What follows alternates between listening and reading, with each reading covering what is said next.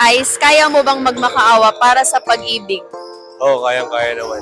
Kapag mahal na mahal mo talaga yung tao. Bibitaw ka ba sa relasyon kapag marami ka ng responsibilities? Hindi naman. Sa relasyon, syempre, kailangan mo rin ng, ng kasama sa buhay para matapos mo yung mga responsibilities mo rin. At syempre, parang katulong mo na rin sa sa buhay mo eh. Ice, what is your biggest heartbreak? Biggest heartbreak.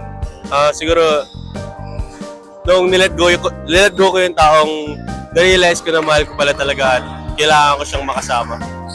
Yun lang. Iiwas ka ba pag nakita mo yung ex mo?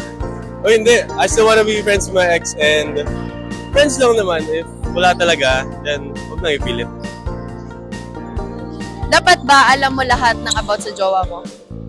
Syempre, if